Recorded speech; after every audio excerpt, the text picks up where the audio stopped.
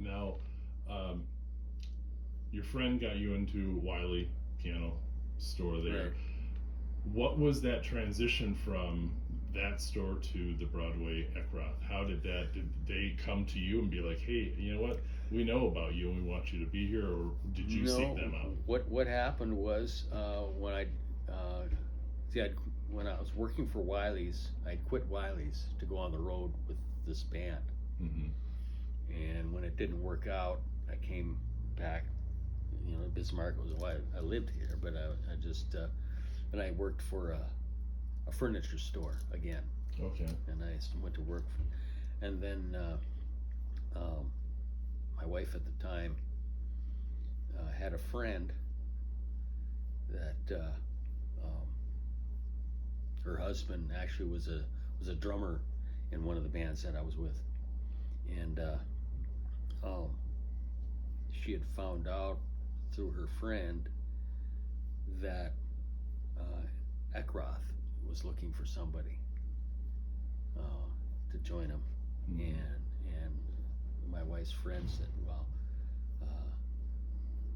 my husband's gonna apply for it, you know, the drummer." Yeah. And I said, "Oh." So I went. Applied right away too? Applied right away. Yeah. And had an interview with Bill Eckroth, and I got the job. So Nice. Now, do you know? Generally, was that maybe like 82 or so? that was I joined Eckroth in '83. Okay. It was '83.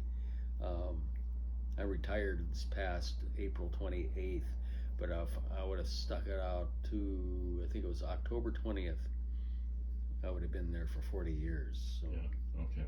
but yeah, it was in '83 is when I joined them. Okay. There. Now, I can remember the Broadway store to a degree. Because I was pretty young at that time. I just remember it not being really deep. It didn't seem like they had a lot of stuff, unless there was kind of a back room that had different inventory. No, it was. You're right. It wasn't. It was. It's kind of laid out like in an L type thing. You'd walk in, and it was pretty shallow on this side, and then it would extend back. And I think we had some music and band instruments back there, but the guitars and stuff like that, we didn't have a lot of room there. Right. And we had this big display cabinet and storage cabinet where you could put guitars and stuff on top. Mm-hmm. There was one day it was really windy, and we had a really nice Kramer. It was a Statue of Liberty Kramer guitar, airbrushed Statue of Liberty on the front of the guitar, and we had that on display there. And one day it was really windy there, and the door was opening and shutting, and we weren't paying attention. Mm-hmm. And guy made off with that guitar. Oh my gosh. Just took her out, gone. Jeez. Yeah. So, but yeah, it was pretty shallow, and not a lot of room for stuff. So Yeah, that's absolutely what I kind of remember there. And then, you know, as time went by, when did the Washington, the first version 2? Yeah, on Divide Avenue there. That was 1987, I believe, is when that opened. I remember the groundbreaking there. Yeah, it opened in '87. Was when that. And I think they expanded that one maybe once or twice, I thought. They actually, that building was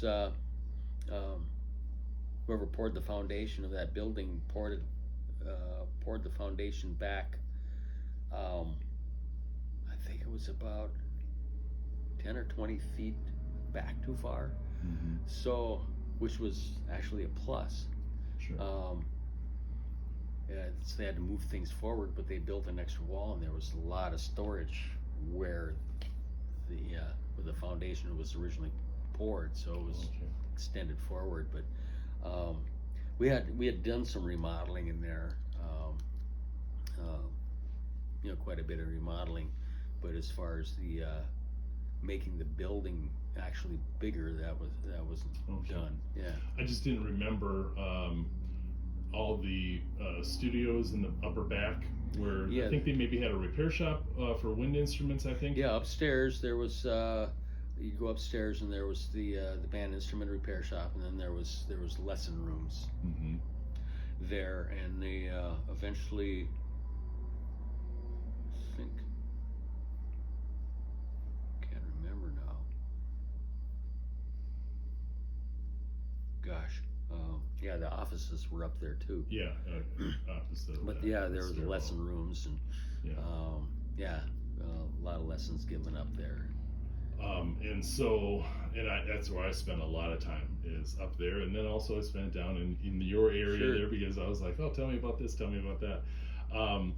Now, as you were at that Divide location, the second Ekroth, is that where, as you continue to go and develop as guitar tech, but again, you're doing a double role of salesperson, probably ordering things, managing all that, and then continuing to work on people's instruments and amps and whatnot, because you did that for me many times. Was there times or places that you would go and there would be, hey, there's somebody that's going to do a weekend workshop on something about the guitar? Was that things that you were doing, or were you thinking the experience of the instruments coming in and the variety of that was giving you enough knowledge that you didn't really feel like you needed any supplemental information to go and grow as a tech? As a tech, I like I say, it was pretty much all hit and miss. Back then there wasn't really much of an internet, so I couldn't really learn anything that way.